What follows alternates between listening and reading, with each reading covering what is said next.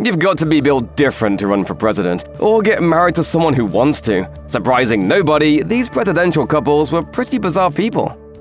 Here's something that could only have happened in the age before the internet and smartphones. According to many reports, our sixth president, John Quincy Adams, had a thing for skinny dipping, and he'd often go for a quiet dip in DC's Potomac River at around 5 a.m. to help him deal with the stress of being president. Adams' love for nude swimming was actually well known among the press, so journalist and convicted public nuisance Anne Royal was able to secure her history-making interview with Adams by taking his clothes until he agreed to answer her questions. Strangely enough, Adams was not the only president who loved to take his clothes off and go for a dip. Among the others, according to the New Republic, Teddy Roosevelt, Franklin Delano Roosevelt, Lyndon B. Johnson, and perhaps less surprisingly, John F. Kennedy. Happy birthday, Mr. President. According to a New York Times article published all the way back in July of 1912, Grover Cleveland actually had to execute multiple murderers by hanging while he served as the sheriff of Erie County. At one point during his term, a young Irishman named Jack Morrissey was convicted of killing his mother, and Cleveland surprised the community by announcing that he would actually go through with performing the execution. Much of Cleveland's motivation was due to the fact that he was sick of people passing off the difficult task of executing murderers to the office's deputy sheriff Jacob Emmerich, whom the public had nicknamed Hangman Emmerich, much to Emmerich's dismay. After performing Morrissey's execution, Cleveland was reported to have been sick for several days, but he did not shirk further execution, which paid him $20,000 a year, or about $350,000 in today's cash. In 1969, Governor of Georgia Jimmy Carter, along with 24 other witnesses, claimed he saw an unidentified flying object during a visit to the Lions Club in Leary, Georgia, calling it the darndest thing I've ever seen.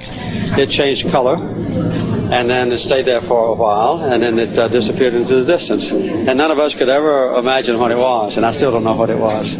Carter filed a report on the incident 4 years later and made UFO research a component of his successful presidential campaign in 1976. Carter later backed off on the platform of releasing UFO information to the public, saying that it would be a threat to national security.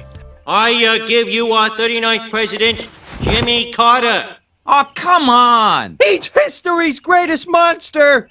Plenty of people resort to alternative medicine to stay healthy, but Calvin Coolidge may ultimately take the cake.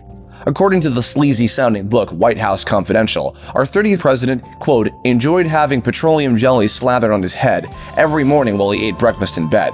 Vaseline, the Wonder Jelly. Guards against the wind, smooths away the sun, takes a bite out of burns, soothes chafing on the run. The reason? Coolidge apparently believed that slapping on a bunch of jelly would be great for his health. To be fair, this is also around the same time that cocaine and morphine were considered perfectly okay as over-the-counter medicines too. Our 35th president may have been one of the most charming and good-looking presidents in U.S. history. But behind closed doors, John F. Kennedy was battling multiple illnesses and used just as many drugs to treat them. Kennedy's secrets were uncovered by Professor Robert Dallek's book, An Unfinished Life, John F. Kennedy. Reportedly, Kennedy suffered from colitis, prostatitis, Addison's disease, and osteoporosis of the lower back, among other things. By the time he was 17 years old, his health was so questionable, they sent him off to the Mayo Clinic in Rochester, Minnesota, to try and figure out what his problems were. According to Dallek, Kennedy frequently took drugs ranging from codeine to Ritalin and a thyroid hormone, often taking as many as 12 medications at once, and more during times of stress. Shockingly enough, despite Kennedy's overflowing medicine cabinet, he was mostly able to keep his ailments private from the public, which seems almost absurd nowadays. It's hard to choose one detail to focus on when discussing the strange predilections of JFK's successor, Lyndon B. Johnson. Do we talk about his car, which was also a boat? Do we talk about the fact that he was reportedly obsessed with his manhood and allegedly nicknamed it Jumbo? Maybe we'll discuss his habit of holding meetings while he was on the toilet, as described in numerous articles and books.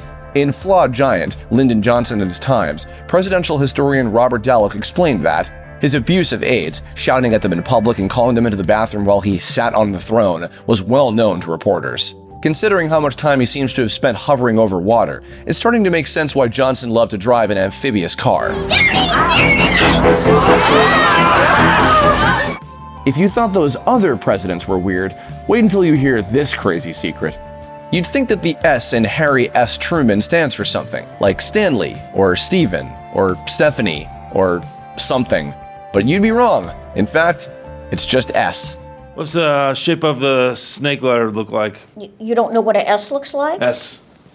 Oh. For years, Ronald Reagan and his wife Nancy were known as devotees of the astrological arts. In 1967, for instance, Reagan was sworn in as governor of California at 12:10 a.m., allegedly because it was an astrologically fortuitous time. After President Reagan was shot on March 30th, 1981, though, astrology reportedly turned into an obsession for Nancy, as astrologer Joan Quigley had allegedly warned Nancy that something bad would happen that day. Nancy began to rely more and more heavily on Quigley. Nancy admitted in her memoir that the astrologer was consulted to help determine the president's schedule, while Quigley herself claimed that, "Through Nancy, I really had a direct line to the president." I timed all the press conferences. I timed most of the speeches.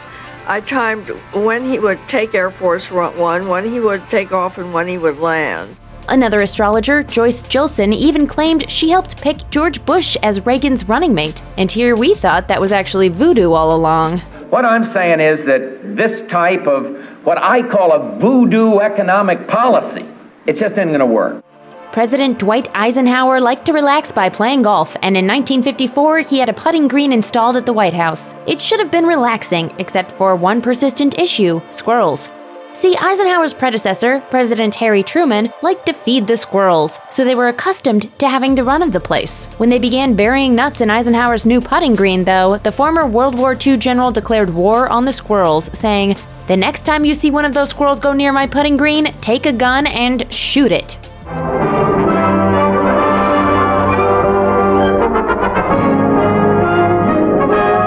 His staff decided shooting guns at the White House was a bad idea. Instead, his groundskeepers tried to scare the squirrels off. When that didn't work, they started a trap and release program where they let the squirrels out in some park in D.C. It didn't really help, but it did get Eisenhower in trouble with his political rivals, who called Ike nuts for being so hostile to his new fuzzy friends. At least it wasn't gophers, though. That could have gotten real bad. I want you to kill every gopher on the course. Check me if I'm wrong, Sandy, but if I kill all the golfers, they're gonna lock me up and throw away the key. Go first! President Herbert Hoover liked his privacy. In fact, he liked it so much that he arranged it so all the servants working in the White House had to pretend they weren't actually there. Yup, it sounds weird, but it's true. Hoover was so adamant that he didn't want to see or be seen by the mostly African-American workers that the White House staff created a secret code to alert each other when the president or his wife were coming. After ringing a bell, they would then dive behind bushes or hide in closets until the president passed. It became such a tradition that the staff kept on doing it for well over a decade before President Truman finally put a stop to it.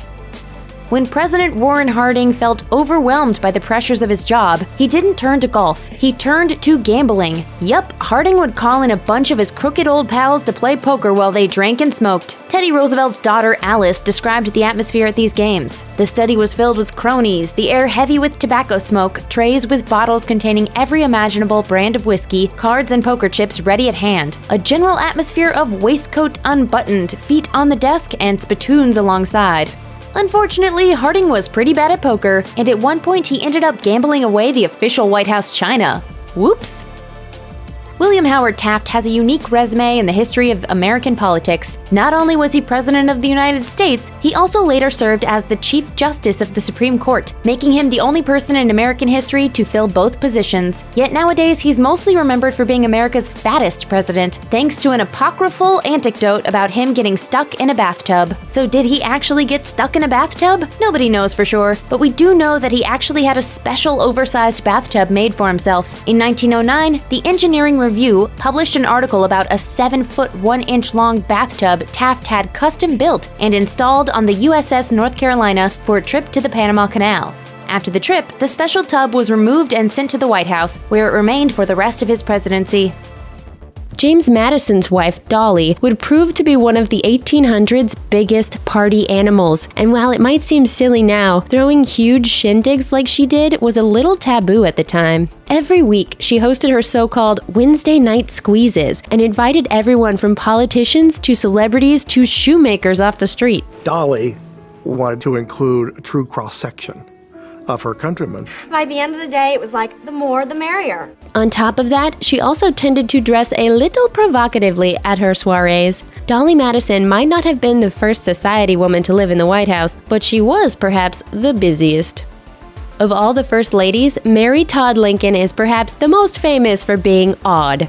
After losing 2 of her children, she turned to spiritualism, as she was sure that their ghosts showed up at the end of her bed every night and were trying to contact her. Her seances were led by a variety of mediums and took place at the White House, and President Lincoln attended at least one of them. An endless journey of wonder and discovery! Amazingly, if Lincoln had listened to the warnings of one medium, he might have escaped his fate. Ordinarily, telling a president people are out to get him might be worth a shrug, but Charles Colchester had more reason to know the truth than most people. He just so happened to be drinking buddies with John Wilkes Booth, who wasn't shy when it came to talking about his desire to harm Abe. Forget ethereal spirits, it was the sharing of earthly spirits that might have saved him. After her husband's untimely passing, Mary Todd became even more into her rituals, attending a spiritualist commune for a few days. She eventually visited a famous ghost photographer who superimposed an image of her late husband behind her, but made it look like his spirit was lingering around her, just as she would want.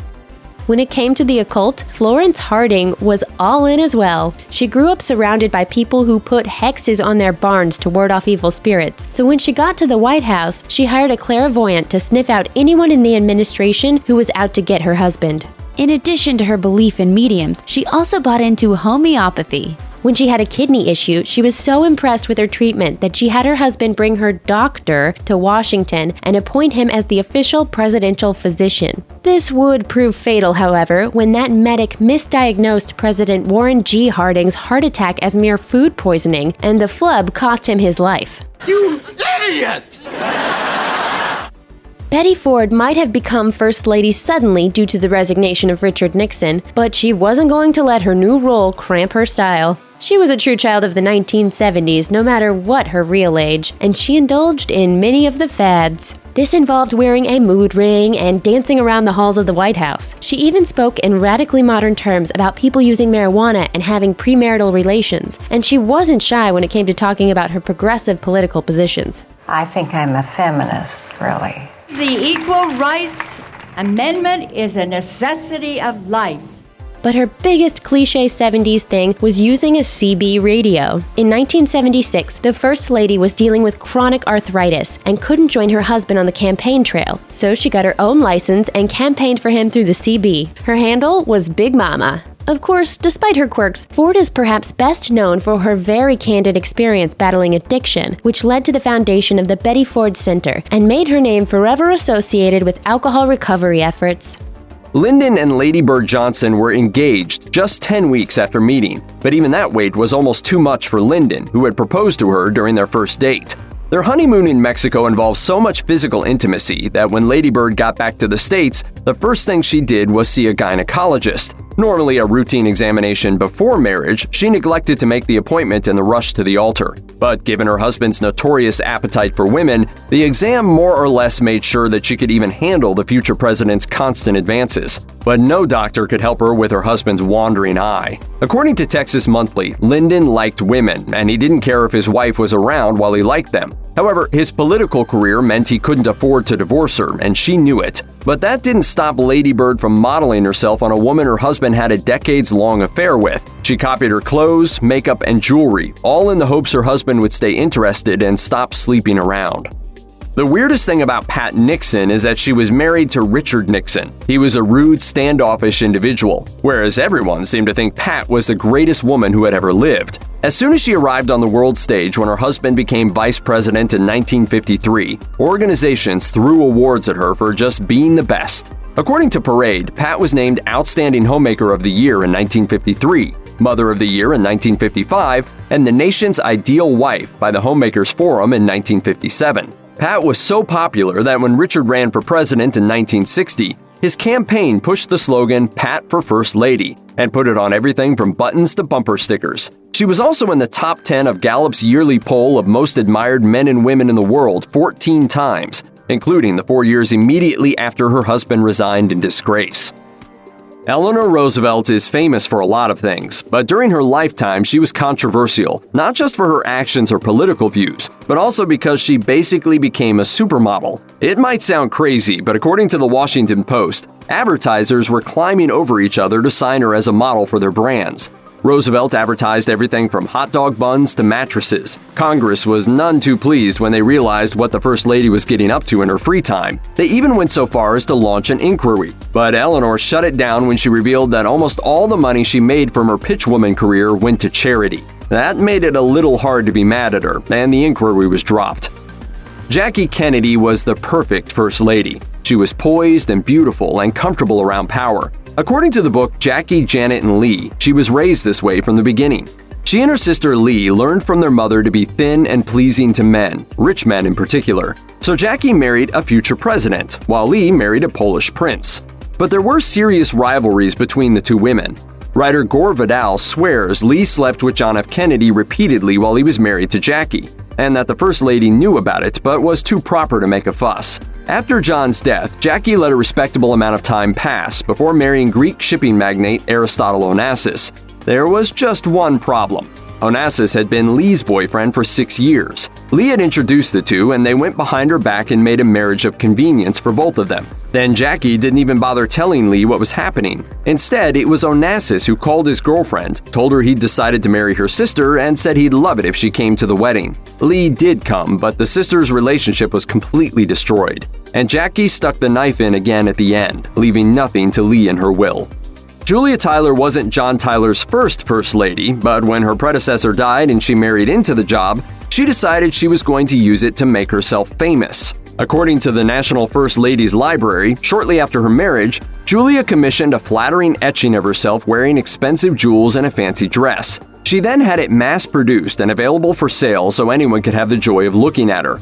Tyler was the first known First Lady to try and get her name in the papers on her own merit. She befriended reporters and made sure there were constant descriptions of events she went to.